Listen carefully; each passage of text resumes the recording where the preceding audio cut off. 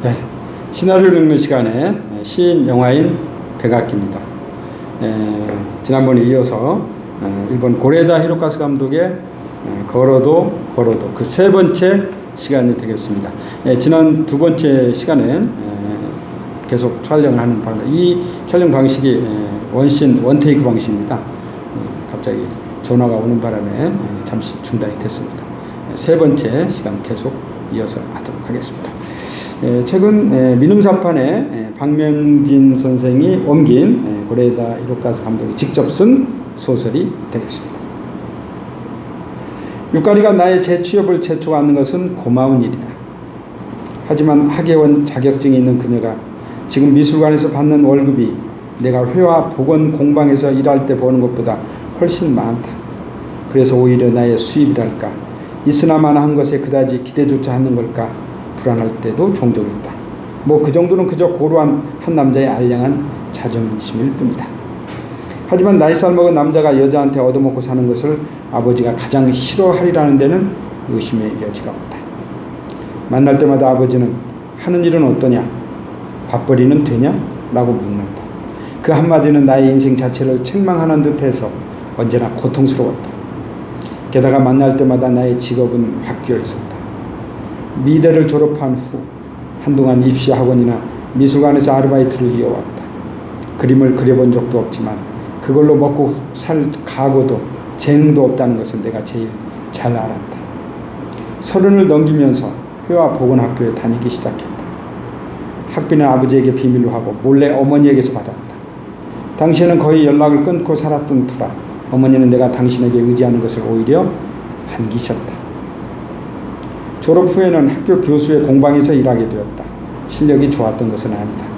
분명 취직 자리가 없어 처지가 가장 곤란해 보이는 나를 불쌍히 여긴 덕분일 것이다. 그곳에서 유카리를 만났다. 하지만 그곳 월급으로는 혼자 생활하기도 빠듯한 처지였던 터라 결혼하면서 그만두었다. 다만 이제 아무 자격증도 경력도 없는 40살 남자가 재취업을 한다는 것은 생각 이상으로 어려웠다. 아버지에게 있어서는 일이 인생의 전부였다. 그렇지 않은 남자는 쓸모없다고까지 생각했다. 그런 사람을 향해서 일에서 성공하는 것만이 인생의 전부는 아닙니다 라고 말해봐야 고작 나고자의 어리석은 변명으로 취급당할 뿐이다. 어차피 말해봐야 이해하지 못할 테니 나는 이날 하루만은 아직 회화 복원 공방에서 일하는 것으로 정했다. 설날까지는 분명 다음 일자리가 구해질 것이다. 아니, 그렇지 않으면 안 된다. 오르막을 다 오르니 눈앞에 푸르른 산이 보였다. 어린 시절부터 봐온 익숙한 풍경이다. 태양이 조금 가까워진 것 같다.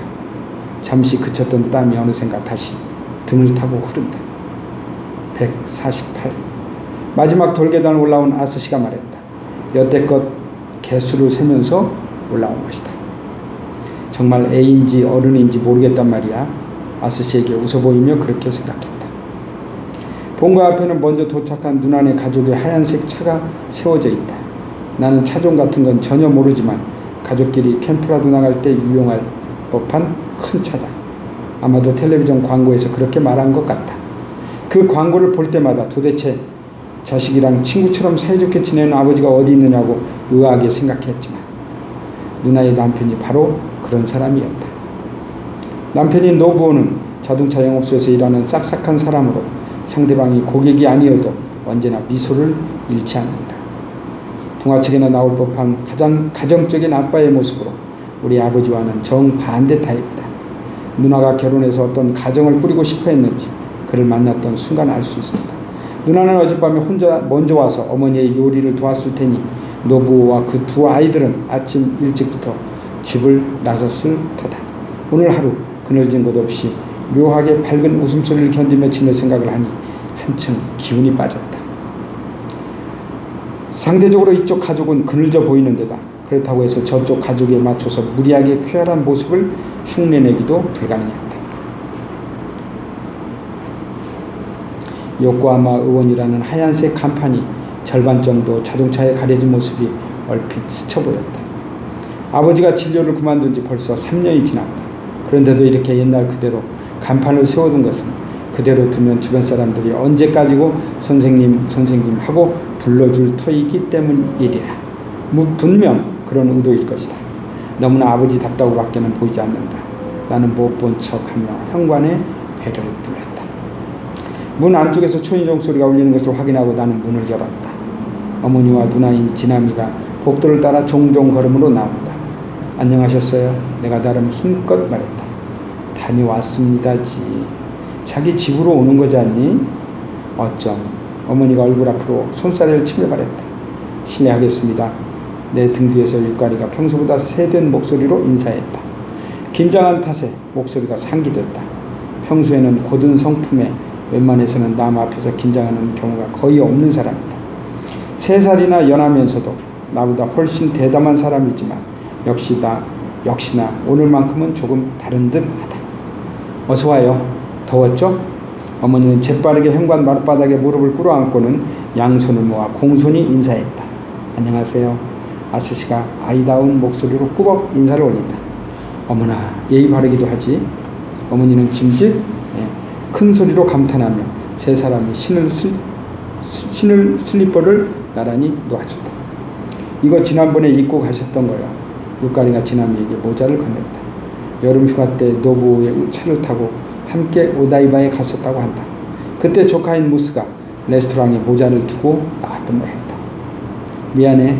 요 바보 녀석은 어디든 나갔다 오면 꼭 뭘 잃어버리고 온다니까. 정말.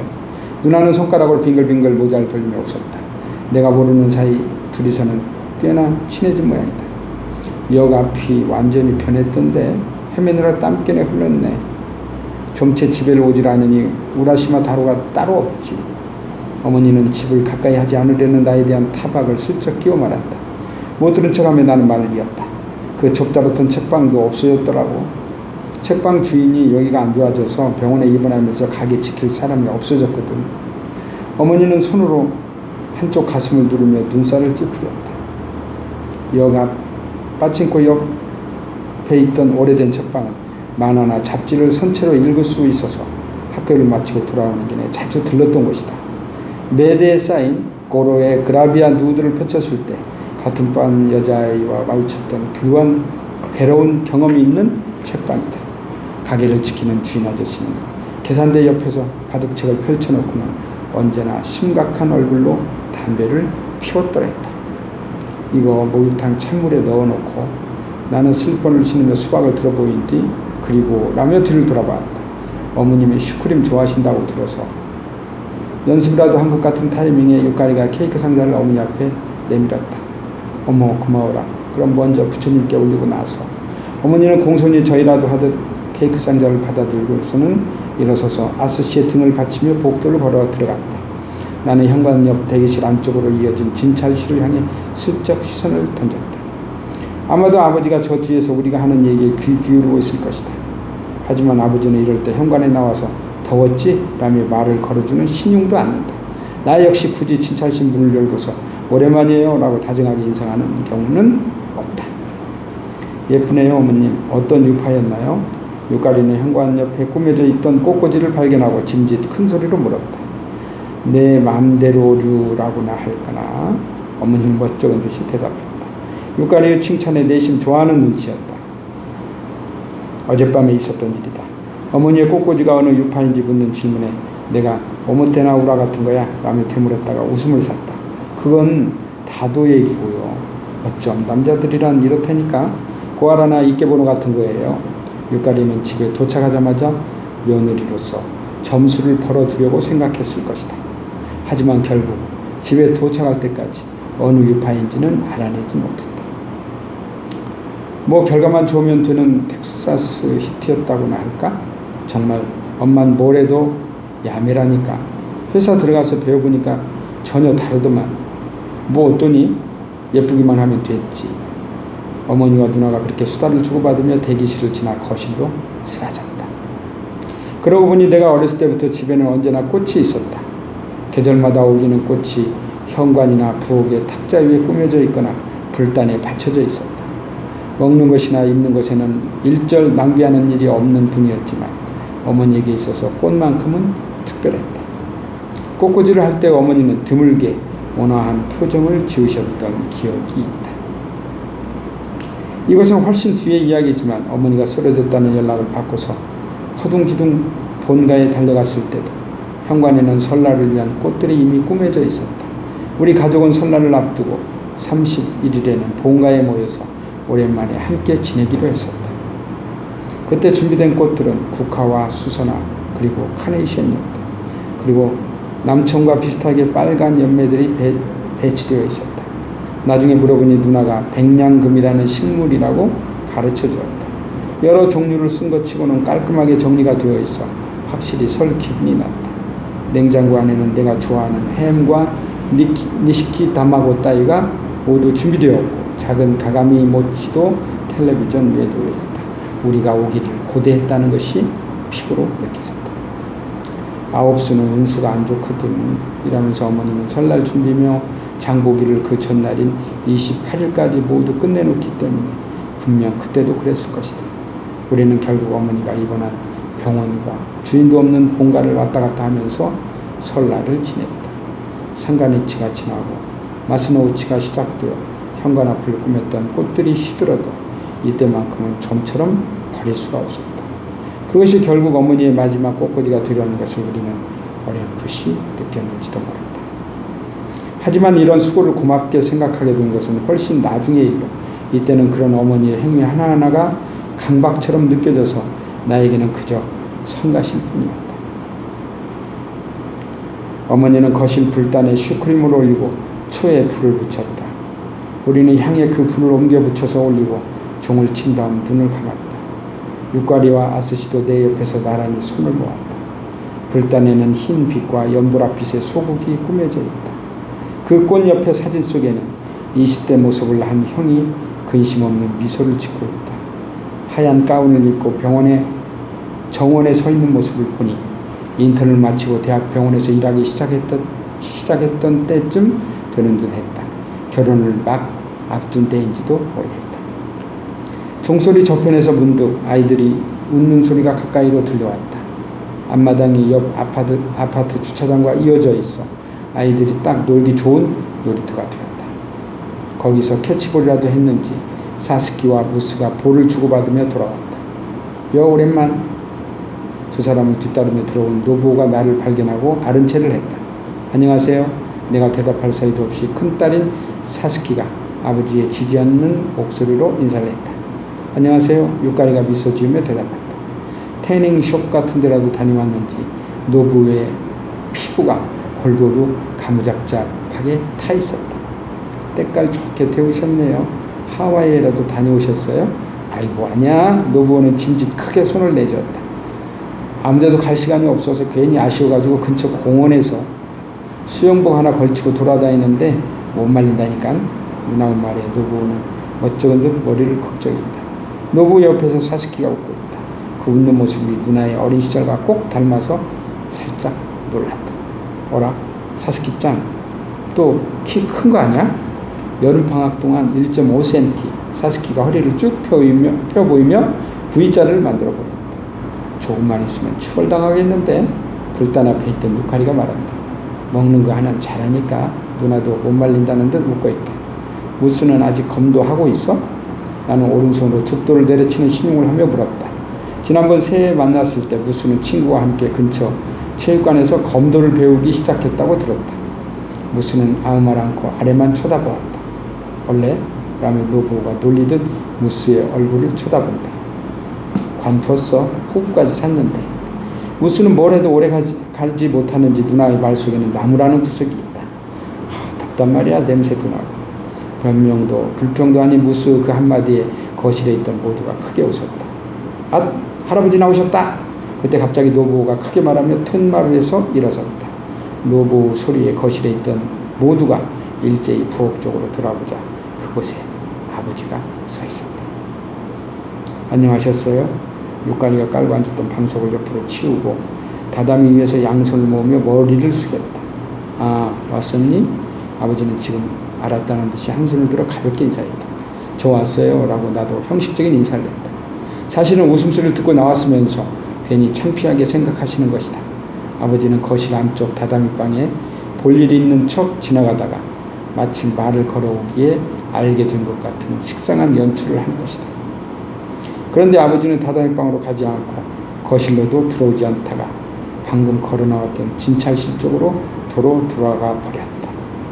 진작 알고 있었으면서 누나도 나와 같은 생각이었는지 들으라는 듯이 중얼거렸다. 미안해요. 당최 다정하지 못해서. 어머니가 육가리에게 고개를 숙이며 컵에 새로 보리차를 따라주었다. 아니에요. 저희 아버지도 비슷한 타입이시라. 육가리는 그렇게 말하고는 양손에 들고 있던 보리차를 한 모금 마셨다. 준뱅이가 처음에 며느리 될 사람 데리고 왔을 때도 금세 진찰실에 숨어버려서는 참. 아버지에 대한 혼란과 형에 대한 그리움을 하나의 표정에 담으며 어머니는 불단의 사진을 집어들었다. 그런 어머니로부터 도망치듯 나는 담배를 피우려 일어선다. 수박을 들고 욕실 문을 열자 세탁기 위에 가지런히 놓인 칫솔들이 가장 먼저 눈에 들어왔다. 파란색과 핑크, 그 사이에는 초록색 개구리 얼굴이 그려진 조금 짧은 어린이용. 분명 어제 어머니가 전화를 끊고 나서 부랴부랴 사다 놓은 것이리라. 나는 수박을 품에 안은 채로 유리문을 열고 욕실 안으로 들어갔다. 욕실은 전체적으로 침침한 것이 낮이었음에도 불을 켜고 싶을 만큼 어두웠다. 그동안 관리하지 않은 탓에 욕조에는 검은 물때가 끼었고 벽이나 바닥 타일도 깨지고 떨어져 나가 하수구 옆으로 모아져 있었다. 욕실 청소가 보통 일이 아니야. 특히 겨울철에는 허리 때문에 더 안 돼. 어머니는 어질러진 집을 두고 아버지가 집안일을 일절 돕지 않는 것으로 핑계 삼곤 했다. 하지만 이제는 그런 문제가 아니다. 세워진 지 30년이 지났으니 집 자체에 하자가 생겼다. 왠지 보면 안 될 것을 본 기분이 들어 나는 허둥지둥 세면대 안에 수박을 넣고 수도꼭지를 힘껏 들었다. 어릴 적 살던 집에는 아직 수도가 들어오지 않아서 부엌문 근처에 공동 우물이 있었다.昭和 40년대 도쿄의 마을로서는 무척 드문 풍경이었을 것이다. 목욕탕도 내가 초등학교에 올라갈 때까지 장작을 뗐고 프로판가스가 들어오고 나서도 양동이로 우물물을 기르다가 목욕통에 채우는 일은 꽤나 중노동이었다. 형이 초등학교에 올라갈 때까지 어머니는 이 일을 혼자서 해왔다고 한다. 수박을 먹을 때는 이 우물에 대야를 가지고 가서 물을 채우다가 시원하게 했다. 여름 같은 때는 이웃집과 함께 수박을 2-3개씩 모아서 한 대야에 넣어두고는 했는데 그 풍경을 보는 것만으로도 즐거웠다. 요새는 수박을 먹는다고 해도 미리 잘라져 있는 것밖에는 사지 않는다. 냉장고에 충분히 들어갈 만큼 작다. 여럿이서 수박을 통째로 사 먹는다는 것은 이런 기회가 아니면 누릴 수 없는 사치였다. 넘치지 않을 정도로 물을 채우고 일어섰을 때 욕실 안에서 낯선 은색 물체를 발견했다. 그것은 세면장에 붙은 거울 옆 손잡이였다. 아직 설치된 지 얼마 되지 않은데 그 손잡이만 주위의 칙칙한 세계 위에 선명하게 반짝였다.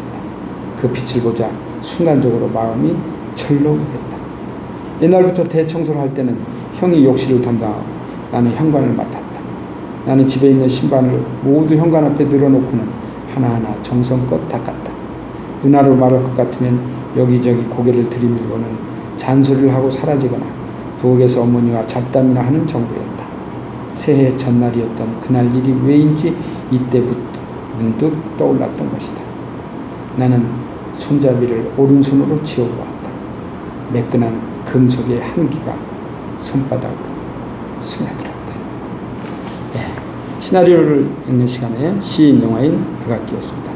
일본 고레다 히로카즈 감독의 걸어도 3번째 시간이었습니다.